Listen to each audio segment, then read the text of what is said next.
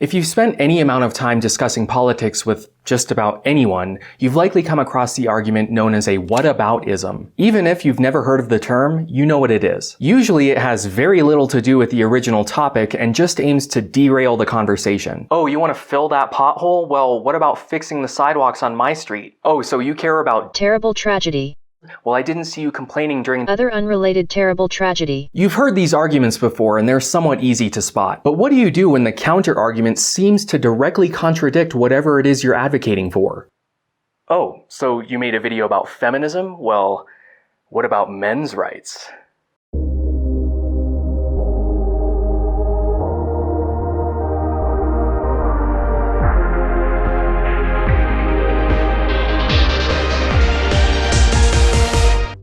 This video is brought to you by CuriosityStream. Men and women are biologically and psychologically different. I don't know any serious person who disputes that. And while you can't say that men or women are better overall, you can say that when it comes to specific categories on average, like upper body strength, pain tolerance, or color perception. Because of those inherent differences, men and women have taken on different roles in our society. These societal gender roles have made men and women culturally different as well. Much like the biological and psychological differences, you can't say that men or women are culturally better overall. But again, you can say it when it comes to specific categories. Over the last century, women have been trying to break out of those traditional gender roles with a good deal of success. They aren't quite there yet, but I already made a video about that. Instead, this video is about men who've been watching women successfully getting out of their roles and saying, hey, we want to get out of our traditional gender roles too. These men are typically known as men's rights activists, or MRAs. They're part of the broader Manosphere, and they've become pretty popular in recent decades for reasons we'll get to later. A few years ago, they released a documentary called The Red Pill, named after the red pill in the Matrix, which makes you wake up and see the horrible reality of the world, as opposed to the blue pill, which is feminism in this case. If you go to the doctor and you ask for the blue pill, you're gonna get something very different. In the movie, they say that one of the defining characteristics of men's role in society is the concept of male disposability. Every society that survived based on its ability to train its sons to be disposable.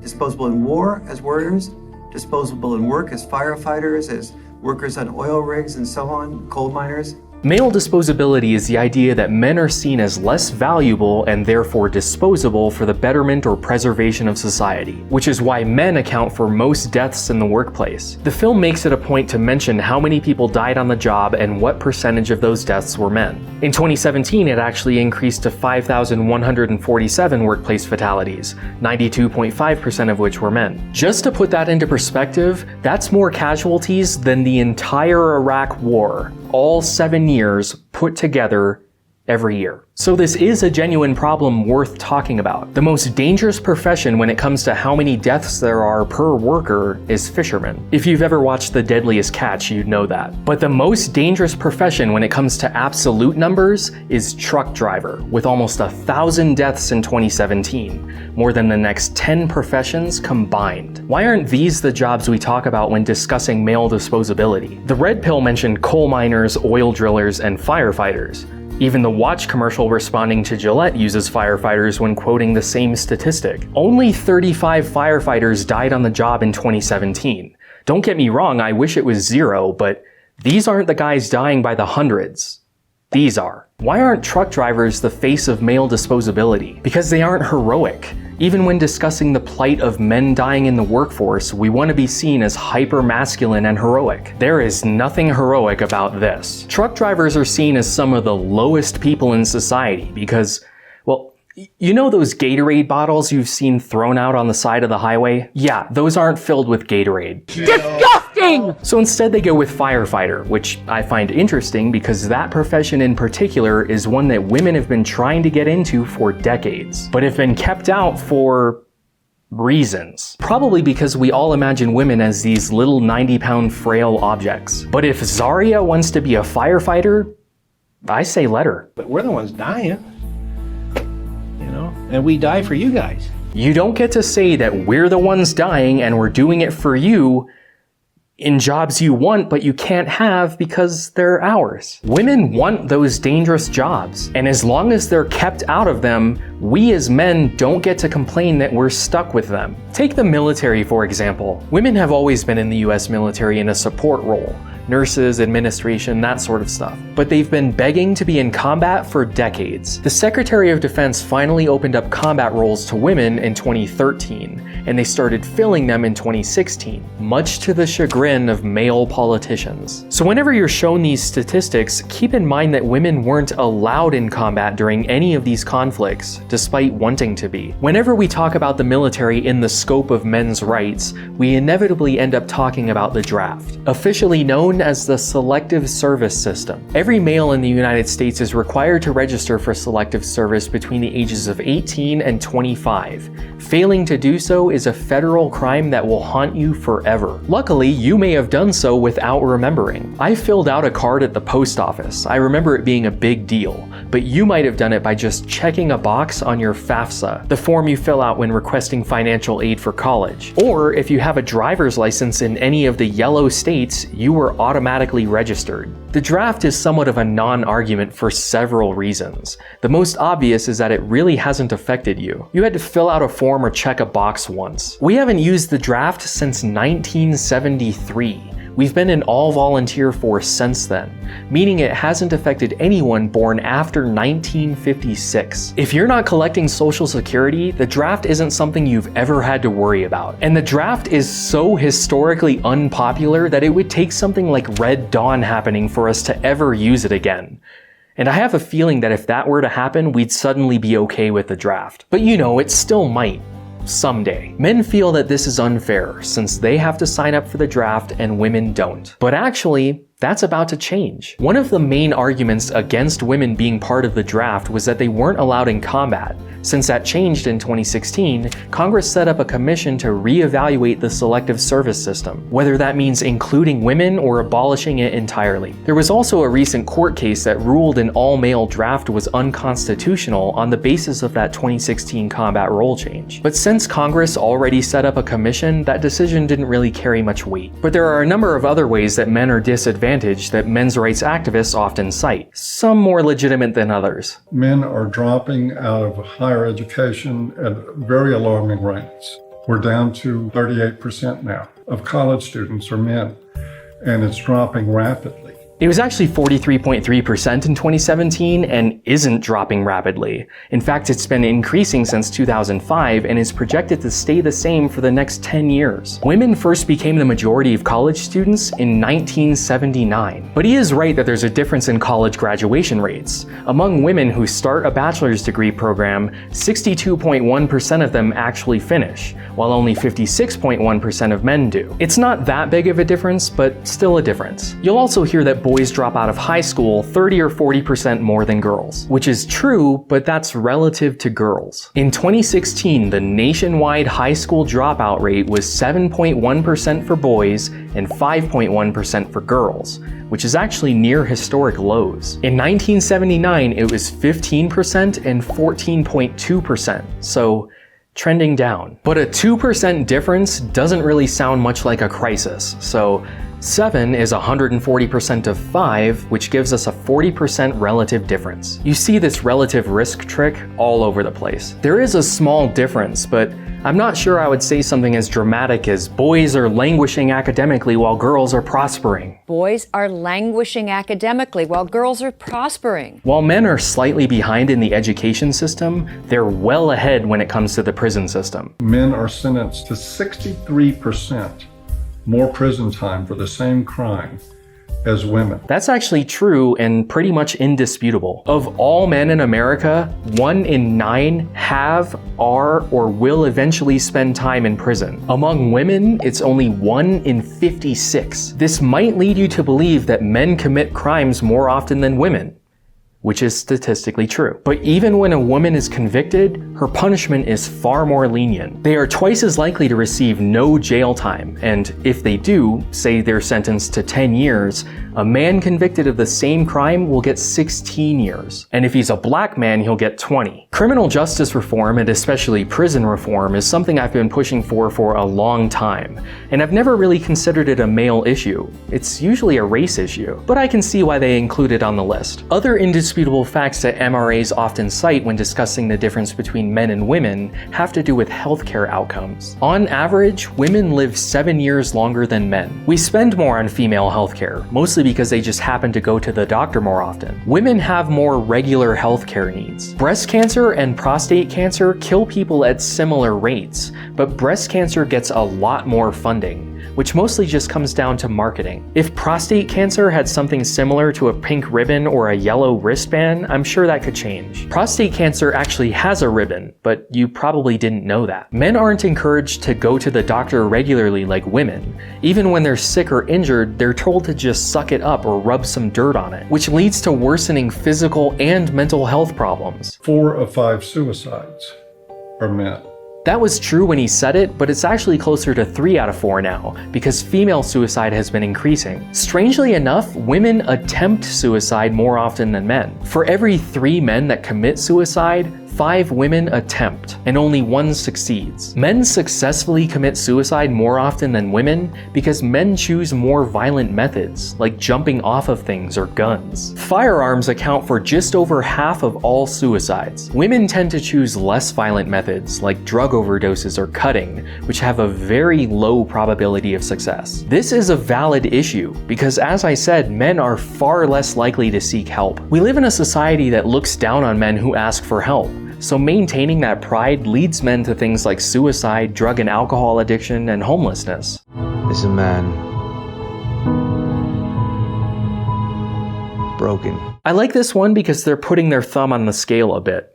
Single homeless. So if you're married and homeless or have a child and homeless, you don't count. In truth, men are 60.2% of all homeless people. In homeless shelters, 55.4% are men, which is actually pretty even. But when it comes to actually living out on the street, 70.3% are men. Again, men don't like asking for help. And now that I've mentioned shelters, I'm gonna have to talk about domestic violence. As of 2016, there's only a single domestic violence shelter for men.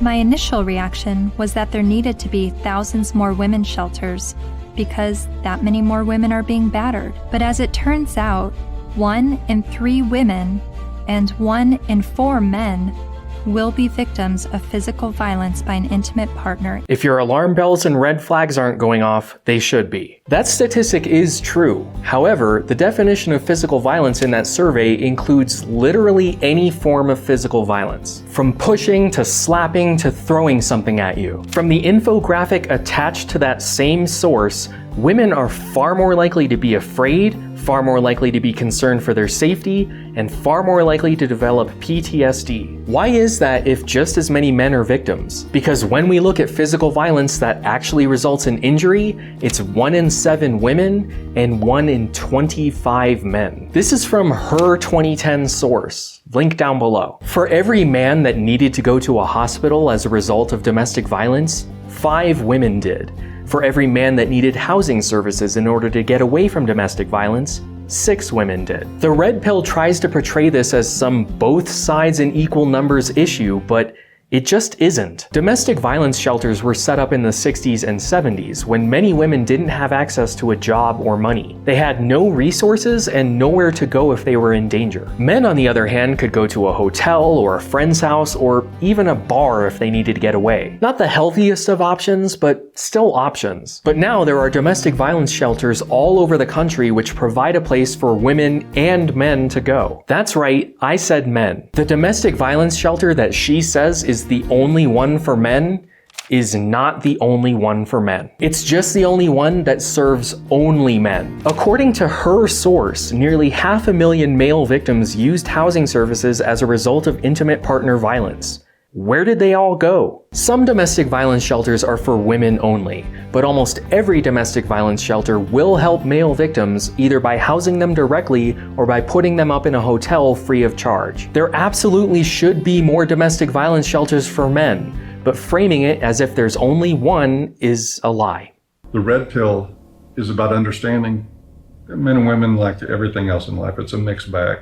You've got victims and perpetrators on both sides of the fence. That's true, but it's not even close to being 50-50. While we're on the subject of men being the victims of violence, men can also be the victims of rape. In fact, men can be raped by women, and we should call it rape when it happens, not an affair. MRAs and the red pill again try to portray this as both sides are victims in equal numbers issue, when it isn't, not even close. From the same source where she got her 1 in 4 men physical violence statistic, 1 in 5 women will be raped in their lifetime, while 1 in 71 men will. For every male victim, there are 14 female victims. That's an order of magnitude difference and accounts for female on male and male on male sexual violence. But really, when men are concerned about rape, their biggest concern is being falsely accused. Many in the Manosphere believe that 40 or 50% of all rape allegations are false and that women are lying. And they get that number from one discredited study. When a woman reports a rape, sometimes there isn't enough information or evidence to prosecute,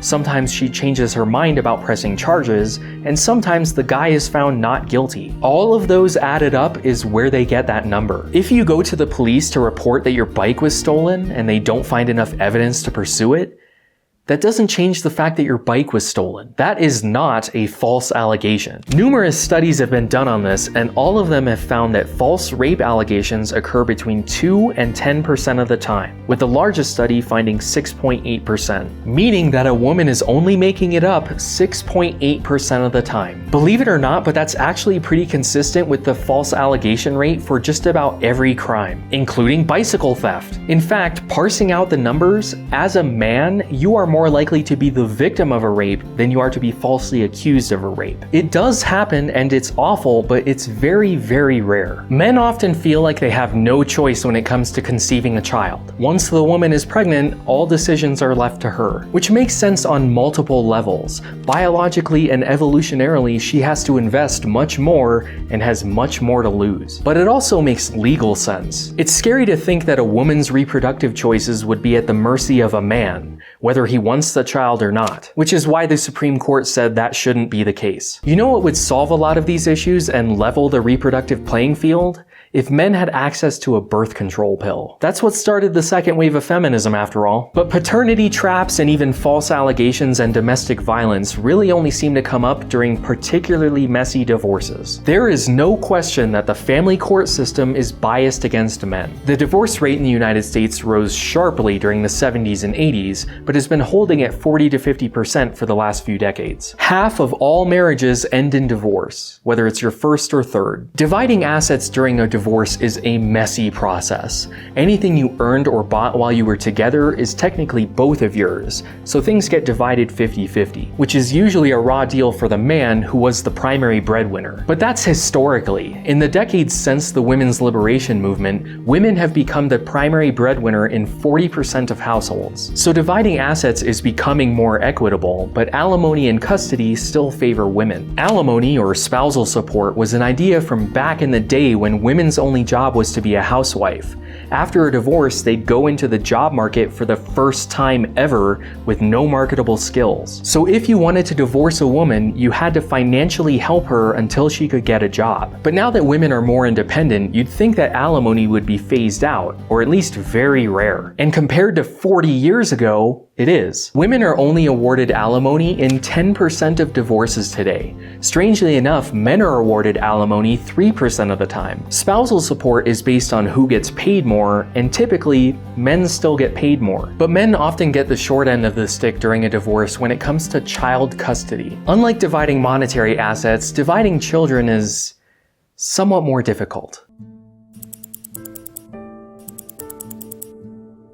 These numbers were accurate for the time. The more recent numbers are 80.4% for women and 19.6% for men. However, they are missing vital context. In 1986, women were given sole custody 80% of the time. By 1994, it had dropped to 74%. In 2008, women only got sole custody 42% of the time. So why does that census number still say 80-something%? Because you have legal custody of a child until they're 20 in some states, depending on whether they're still in school. If you got custody in 1994, you could still have custody for the purposes of those 2015 numbers. So yes, currently 80% of custodial parents are mothers, but the family court system and social norms have changed, and it's going to take a decade or two for the census numbers to reflect that. Joint custody is actually the norm now. 27% of the time, custody is split 50-50 between mother and father.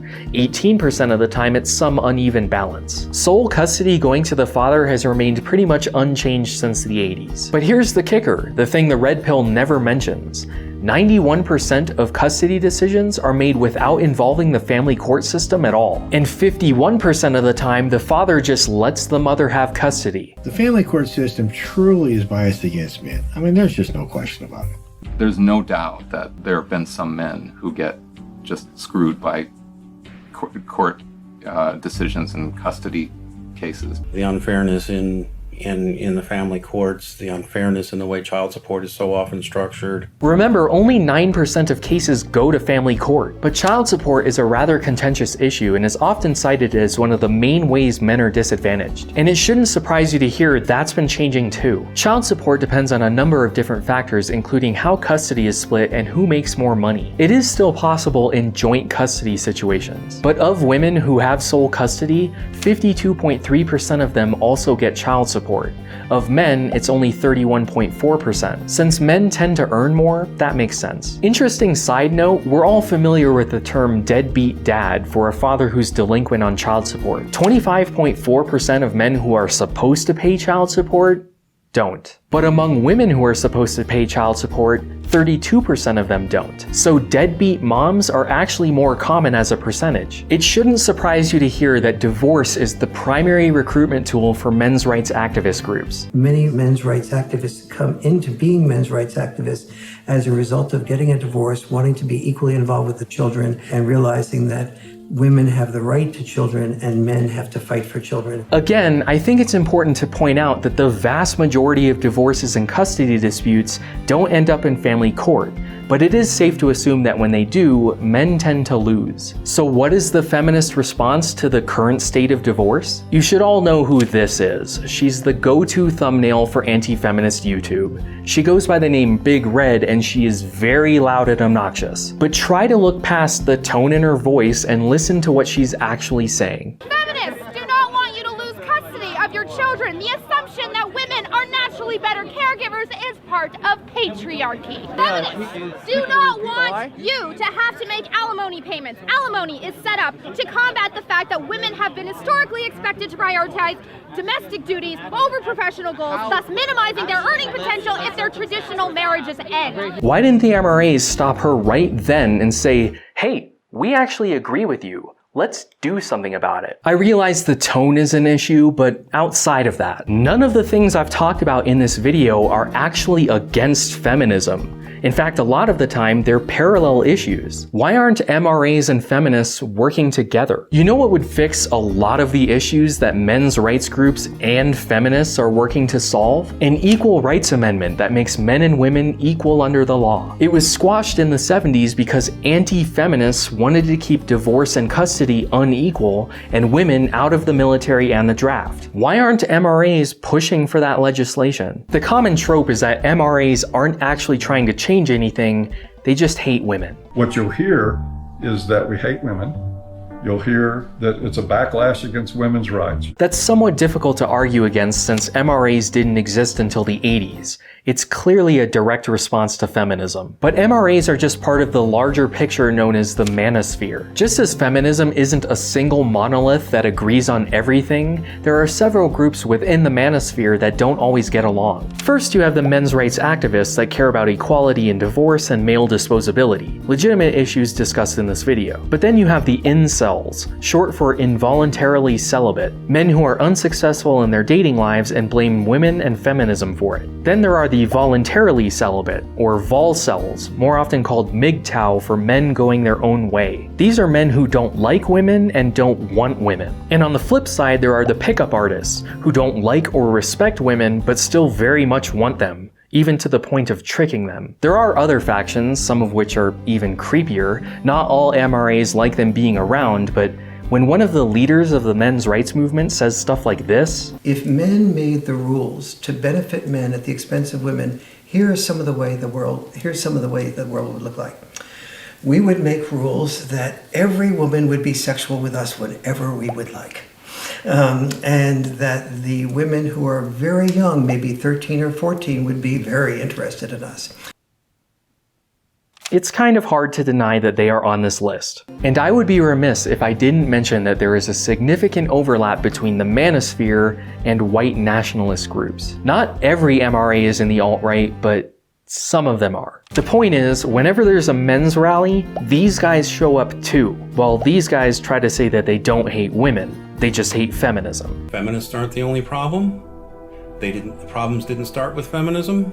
So when I start criticizing feminism, I want you to know you're just part of the problem. It's so hard to convince people to look at men's rights activism and support it without first allowing them to at least escape the stranglehold that feminism has on their minds. When men's rights groups bring up issues that are important to them and present their information, they don't bring up any serious solutions. Instead, they just conclude that therefore, feminism is wrong. The red pill seems to be more about downplaying and dismissing women's issues than anything else, a way to delegitimize feminism as a whole. It's an evil ideology that brainwashes people. Are you conflating feminism, which is an ideology, with women, which is a demographic of societies? Ideologies and isms aren't inherently bad. Capitalism is an ideology. Men's rights groups appear to be more of a coping mechanism for men who feel defensive against or even victimized by feminism. If men were looking for end goal solutions, they would see feminists as allies. A big hang-up for many in the men's rights movement seems to be the language.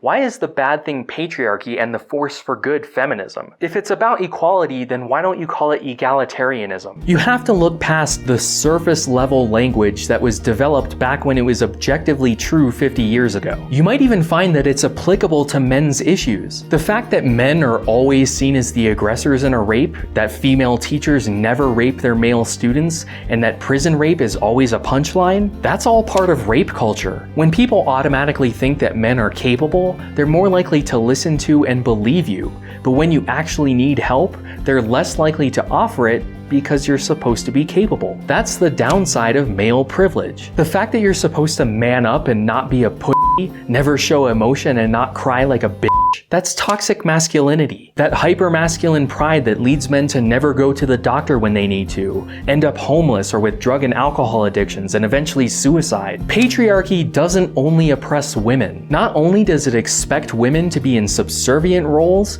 it expects men to be in dominant ones, whether you want to be or not. It expects you to be the breadwinner in your family, to be willing to sacrifice your life for your country, or work in some heroic masculine profession, like being a firefighter or a coal miner, or a knight in medieval times, which you can learn more about by going to curiositystream.com/knowingbetter. CuriosityStream is a subscription streaming service that offers over 2,400 documentaries and nonfiction titles from some of the world's best filmmakers that you can access across multiple platforms. Take a look at this series about knights, so you can play out that male power fantasy of chivalry and honor, a time when fair maidens swooned over men and nobody complained about the possibility of being drafted into their feudal lord's army. You can get access to their entire library for as little as $2.99 a month, but if you head over to curiositystream.com/knowingbetter and use the promo code knowingbetter, you can have the privilege of getting your first month completely free. You'll also be supporting the channel when you do. None of the issues that men's rights groups advocate for contradict feminism, and none of the points that the Watch commercial makes are actually a response to Gillette.